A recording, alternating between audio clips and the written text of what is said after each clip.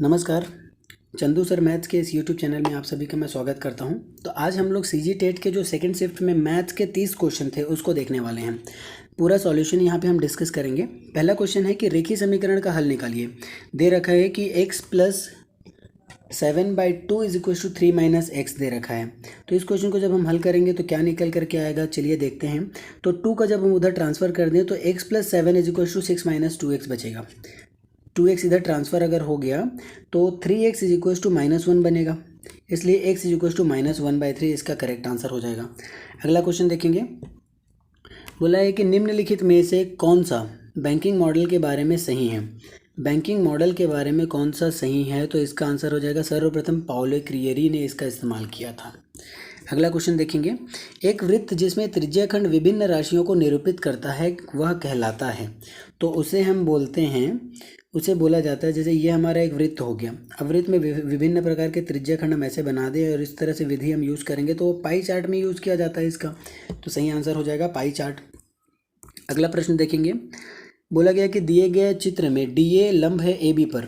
D A B पर लंब है, ये वाला जो डी ए है वो ए बी पर लंब है और सी बी भी ए बी पर लंब है, यानी ये दोनों लंब हो गए। आगे बोल रखा है कि ए सी और बी डी, यानी ये जो लाइन दे रखा है बी डी और ए सी, ये दोनों की लंबाई जो है वो बराबर है। तो कौन से कथन सही होंगे। तो अगर इस त्रिभुज में पहला ऑप्शन पे अगर हम कंपेयर करें तो पहला ऑप्शन है त्रिभुज ए बी सी जो है वो कॉन्ग्रुएंट है बोला गया। इस तरह के जो सिंबल है उसे सर्वांगसम कॉन्ग्रुएंट बोलते हैं। तो इसके कंपेयर अगर हम करते हैं त्रिभुज ए बी सी में, तो ये हो गया त्रिभुज ए बी सी। और एक त्रिभुज है त्रिभुज ए बी डी। इन दोनों त्रिभुज में अगर हम तुलना करें तो बेस दोनों का सेम है, दोनों का एक एक एंगल भी सेम है और एक एक भुजाएं, ये वाली जो भुजाएं हैं वो दोनों आपस में क्वेश्चन में ही बराबर बोल दिया है। तो यहाँ पे साइड एंगल और साइड की कॉन्ग्रुएंसी आ रही है, सर्वांग समता आ रही है, मतलब ये दोनों सर्वांग सम हैं। अगला क्वेश्चन देखेंगे। कौन से दो कोण पूरक नहीं है। पूरक नहीं है, पूरक नहीं है मतलब 180 के इन दोनों कोणों का योग नहीं आ पा रहा है, ये पूछा गया है। जिन कोणों का योग 180 आता है उसे हम पूरक कोण बोलते हैं, एक दूसरे के वो पूरक कोण कहलाते हैं। तो इस क्वेश्चन में देखेंगे तो पहला ऑप्शन में तो 50 और 130 मिला करके 30 और 150 मिला करके 180 हो जाता है, दूसरे से भी हो जाता है, तीसरे से भी हो जाता है। तो इसका सही आंसर हो जाएगा ऑप्शन नंबर डी, ये पूरक कोण नहीं है। आयताकार बाड़े का क्षेत्रफल 50 वर्ग फीट है, यदि बाड़े की चौड़ाई 20 हो तो लंबाई ज्ञात कीजिए। सिंपल सा क्वेश्चन है। आयत का क्षेत्रफल कैसे निकलता है, तो लंबाई गुणित चौड़ाई करके निकलता है। एक का लंबाई चौड़ाई 20 दे रखा है, लंबाई निकालना है, दोनों को मल्टीप्लाई करने से एरिया निकल के आता है जो कि 500 दे रखा है। 20 से अगर हम काटते हैं तो 25 निकल करके आ जाएगा, तो 25 फीट इसका आंसर हो जाएगा सही। अगला क्वेश्चन है कि 3x plus 2y plus 3z, 3x plus 2y plus 3z और 4x minus 6y plus 5z के योग, इन दोनों का योग निकालेंगे। तो चलिए पहले योग निकाल लेते हैं। योग कितना निकल करके आ जाएगा, तो ये हो जाएगा आपका 4 और 3 7, 7x माइनस 4y प्लस 5 और 3 8z, ये हो गया इन दोनों का योग। और इसे घटाना है हमको 6x plus 7y minus 2z से घटाना है। जब घटाएंगे तो इसका साइन चेंज हो जाएगा, साइन चेंज होने के बाद बचेगा x और माइनस का 11y हो जाएगा, ये भी माइनस होने पर, ये प्लस होने के बाद 8 और 2 10z। ऑप्शन नंबर डी इसका सही है, ऑप्शन नंबर डी। अगला क्वेश्चन देखते हैं। निम्नलिखित कथनों में से समकोण त्रिभुज के लिए कौन सा कथन सत्य नहीं है। अच्छा, समकोण त्रिभुज में देखेंगे कौन सा कथन सत्य नहीं है। तो मेजर ऑफ एंगल के, एंगल एल और एंगल जे ये 180 होता है। एंगल ए और एंगल एल और एंगल जे दोनों न्यून कोण है, बिल्कुल सही बात है, ये भी सही है। Measure of angle L plus measure of angle J 90 होगा, बिल्कुल होगा। अगर ये अकेले 90 है तो ये दोनों को मिला करके 90 होगा। तो 3 ऑप्शन यहाँ पर सही बैठ रहे हैं, मतलब हमारा सही आंसर हो जाएगा इसका। जो गलत है वो वाला ऑप्शन नंबर डी। अगला क्वेश्चन देखेंगे। किसी शहर की जनसंख्या 1,25,000 है और वहाँ की जनसंख्या 2% प्रति वर्ष की दर से बढ़ रही है, तो 3 साल बाद जनसंख्या कितनी होगी। देखेंगे, सिंपल सा क्वेश्चन है। 1,25,000 इसकी जनसंख्या है, पहले वर्ष में 2% बढ़ी, मतलब कि 102% हो गया। दूसरे वर्ष में भी 2% बढ़ी तो फिर से 110% हो जाएगा, 102%, और फिर से 102%। इतने को पूरा अगर हम हल करते हैं तो ये निकल करके आ जाएगा 1,32,651 इसका सही आंसर है। 1,32,651 ये इस शहर की कुल जनसंख्या निकल करके आ जाएगी। अगला क्वेश्चन देखते हैं। एक घन का पृष्ठ क्षेत्रफल ज्ञात कीजिए जिसकी एक भुजा 15 सेंटीमीटर है। घन की सभी भुजाएं बराबर होती हैं। अब सभी भुजाएं बराबर है तो इसका जो क्षेत्रफल निकल के आता है, संपूर्ण पृष्ठ का क्षेत्रफल, वो होता है 6a²। ए की जगह पे 15 रखेंगे तो आ जाएगा 225 और उसके साथ मल्टीप्लाई कर देंगे 6 से, तो 6 पंचे 30, इन सबको सॉल्व करेंगे तो निकल करके आ जाएगा 1350। ये इसका सही आंसर है। 1350 बिल्कुल सही आंसर है। नेक्स्ट क्वेश्चन देखेंगे। एक घनाभ के आकार का क्षेत्रफल ज्ञात कीजिए जिसका आयतन 900 मीटर क्यूब है तथा ऊंचाई 5 है। तो घनाभ का आयतन जो होता है वो होता है length into width into height होता है। Length into width into height, ये आयतन निकल के आता है जो कि क्वेश्चन में 900 दे रखा है, और साथ ही साथ हाइट भी दे रखा है। तो हाइट अगर दे रखा है तो यहाँ पे अगर हम इस तरह से सॉल्व करें इसको जब हम हल करेंगे तो length into width into height की जगह पे 5 रख दिए और इक्वल टू हो गया 900। जब हम आगे काटेंगे तो ये आ जाएगा 180 metre square area. Length into width जो होगा वो एरिया देगा, तो एरिया निकल करके आ जाएगा 180 मीटर स्क्वायर। 103 नंबर का क्वेश्चन देखेंगे। द्वितीयक डेटा पर प्राथमिक डेटा की प्राथमिकता दी जाती है क्योंकि, इसका सही आंसर हो जाएगा क्योंकि इसमें ना संक्षिप्त और सटीक होता है। यह संक्षिप्त और सटीक है, तो यह आंसर इसका सही होगा। गणितीय विचार विकसित करने के लिए अनुभव, प्रतीक अ बताया जा रहा है, प्रतीक के लिए प्र, चित्र का ची, भाषा का भा, तो इसका उपयोग निम्न क्रम में किया जाएगा। तो सबसे पहले तो यहाँ पे ना अनुभव आएगा। अनुभव के बाद आपका हो जाएगा भाषा, फिर उसके बाद चित्र, फिर प्रतीक। तो सही क्रम होने वाला है option number D. Option number D इसका सही क्रम होने वाला है। यदि किसी बेलन का व्यास 28 सेंटीमीटर और ऊंचाई 10 सेंटीमीटर है तो बेलन का आयतन कितना होगा। व्यास दे रखा है 28, व्यास 28 है। आयतन की अगर हम बात करें तो वो होता है पाई r² h होता है। पाई के जगह पे पाई ही रखना है। व्यास दिया है 28 तो रेडियस हो जाएगा 14, तो 14 का स्क्वायर कर देंगे और यहाँ पे हाइट दे रखा है 10। इतने को जब हम हल करेंगे तो निकल करके आ जाएगा 1960 पाई। बिल्कुल सही आंसर है ये। अगला क्वेश्चन। A/B बराबर 2:3, 2:3 और B/C बराबर 5:7 और हमें निकालना है A/B/C। तो सिंपल सा तरीका है, इसको ऐसे करके गुणा कर दीजिए, इस सीक्वेंस में गुणा कर दीजिए। पहले 2 और 5 का गुणा करेंगे तो 10 आया, फिर 5 और 3 का गुणा करेंगे तो 15 आएगा, तो 10:15:21 ये इसका सही आंसर होगा। तो ये एकदम सही आंसर है इसका, 10:15:21। अगला क्वेश्चन।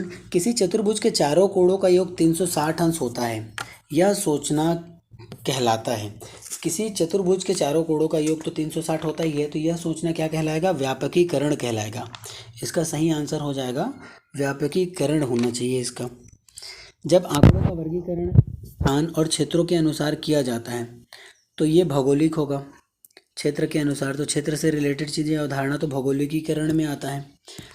प्रतिशत डाटा के लिए किस प्रकार का ग्राफ सबसे अच्छा होता है। तो प्रतिशत डाटा पाई चार्ट में ही उपयोग किया जाता है। पाई चार्ट में हम प्रतिशत के रूप में इंकित किए रहते हैं, तो ये बिल्कुल सही आंसर हो जाएगा। एक त्रिभुज का क्षेत्रफल ज्ञात कीजिए जिसका आधार 10 इंच है और ऊंचाई 7 है। तो त्रिभुज का क्षेत्रफल होता है 1/2 बेस इंटू हाइट। सिंपल सा क्वेश्चन। बेस है यहाँ पर 10 और हाइट है 7, तो यहाँ से जब हम इसकी वैल्यू रख देते हैं तो 1/2 गुणा 10 गुणा 7, तो 2 से कटा 5 बार में, 5 7 35, 35 इंच स्क्वायर। इंच में दे रखा है ना, तो इंच में ही आंसर होगा ये, सेंटीमीटर में नहीं होगा, मीटर में नहीं होगा, इंचेस में ही होगा। तो इंच स्क्वायर 35 इंचेस स्क्वायर इसका आंसर हो जाएगा। अगला क्वेश्चन। x बराबर 1 दे रखा है, y बराबर 2 और z बराबर -3।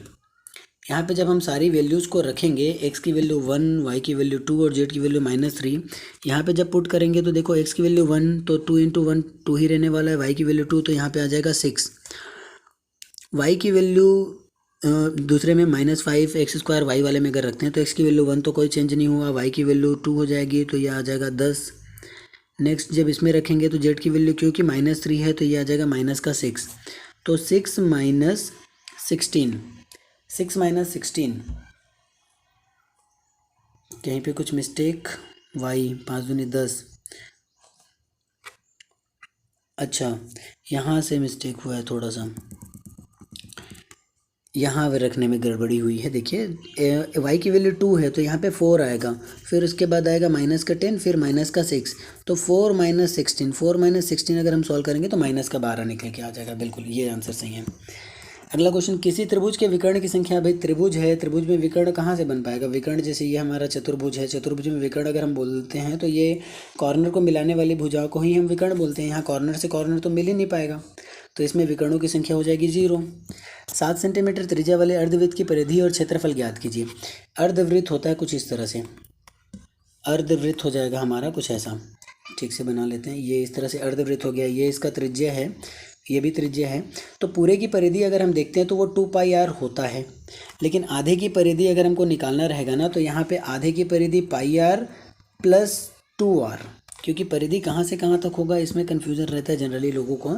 ये हो गया 2πr का हाफ यानी कि πr, फिर ये r और ये r, परिधि तो इतने को बोलेंगे ना हम, तो πr + 2r ये इसका हो जाएगा हमारा परिधि का। वैल्यूज अगर हम रख दें यहाँ पे, तो वैल्यू रखने के बाद क्या आएगा देखते हैं। पाई के जगह पे हमने रख दिया 22/7, और r के जगह पे कितना है, r के जगह पे है 7 सेंटीमीटर + 2 × r, तो ये निकल करके आ जाएगा 22 + 14, 22 + 14 मतलब कि 36। तो 36 किस में ये ऑप्शन तो कट हो गया, ये भी कट हो गया, तो 36 बी और डी में दिख रहा है। अब देख लेते हैं हम इसके एरिया का, तो अर्धवृत्त का एरिया कितना हो जाएगा, तो भाई πr²/2, एरिया πr² होता है, लेकिन इसका एरिया निकालना रहेगा हाफ का, तो एरिया भी हाफ हो जाएगा। पाई के जगह पे हम यहाँ पे रख देते हैं 22/7, और नीचे में 2 का भी मल्टीप्लाई, और r के जगह पे हम यहाँ पे रख देते हैं 7 × 7, 7 से 7 कैंसिल, 2 से 11 बार में 11 × 7 = 77, ये ऑप्शन नंबर सी सही हो जाएगा। 36 सेंटीमीटर इसका अर्धवृत्त का परिधि हो जाएगा, और क्षेत्रफल हो जाएगा 177 सेंटीमीटर²। अगला क्वेश्चन, एक आदमी 1400 रुपये में एक साइकिल खरीदता है और 15% हानि पर बेचता है। 1400 रुपये खरीदी पड़ा उसको, 1400 रुपये, और इसने उसे 15% हानि पर बेच दिया। 15% हानि मतलब उसने बेचा उसको 85% मूल्य पर। इतने को जब हम हल करेंगे, 14 × 85 करेंगे अगर, तो 14 × 85 करने से कितना निकल कर क्या आ जाएगा, इसका सॉल्यूशन कर लेते हैं।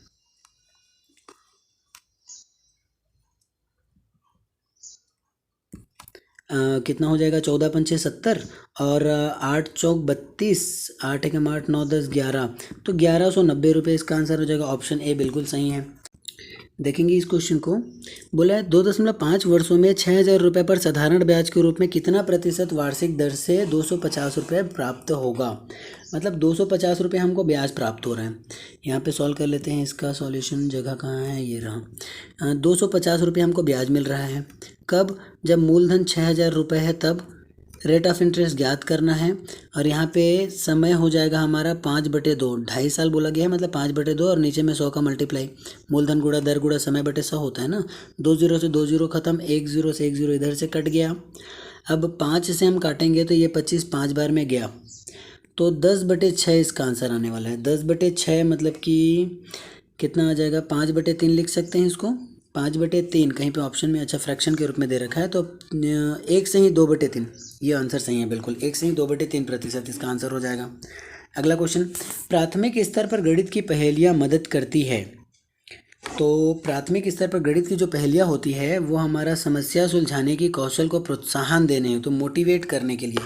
पहेलियाँ जब हम सुलझाते हैं तो वहाँ पे हम मोटिवेट होते हैं, तो प्रमोट करने के लिए, प्रॉब्लम सॉल्विंग स्किल को इम्प्रूव करने के लिए ये हो जाता है। अगला क्वेश्चन, एक साइकिल सवार 2 घंटे में 10 किलोमीटर प्रति घंटा की दर से गति करता है और 1 घंटे में 13 किलोमीटर, मतलब 2 घंटे तक वो 10 किलोमीटर की गति से तय किया, मतलब उसने कितना तय कर लिया, 20 किलोमीटर, और फिर उसके बाद उसने 1 घंटे तक 13 किलोमीटर तय किया, मतलब कुल इसने तय किया 33 किलोमीटर, और समय लगा इसको 2 और 1 3 घंटे लगा, तो औसत चाल आ जाएगा कुल दूरी बटे कुल समय।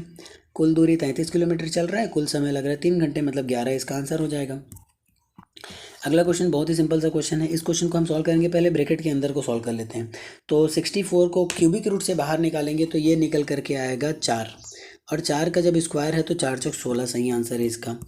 एक अंक से गुणा करना क्या नहीं है, क्या नहीं है, तो अंक से गुणा करना तो गणितीय विधि भी है, गणितीय संकल्पना भी है, गणितीय फलन नहीं है, गणितीय फलन नहीं है, तो इसका सही आंसर हो जाएगा गणितीय फलन। फंक्शन वाले टर्म जो है वो गुणा करना वाला टर्म नहीं होता है, तो बी सी ऑप्शन सही हो जाएगा। एक बारंबारता वितरण जिसमें 10 और 20 के कम की सीमा वाले वर्ग होते हैं का मध्य बिंदु को होगा। अब बारंबारता सारणी में आपका दे रखा है यहाँ पे 10 और 20 का आंकड़ा दे रखा है, इसका मध्य बिंदु क्या होगा, तो दोनों को जोड़ करके 2 से डिवाइड कर दो, डिवाइडेड बाई 2 मतलब 15, 30/2 15, ये इसका सही आंसर हो जाएगा। तो ये हो गए हमारे कुल 30 क्वेश्चन, गणित के पूरे 30 क्वेश्चन का सॉल्यूशन हम लोगों ने देख लिया। आई होप आपको समझ आया होगा और आपको एग्जाम में भी बहुत से क्वेश्चन सही हुए होंगे। वीडियो पूरा देखने के लिए बहुत बहुत धन्यवाद।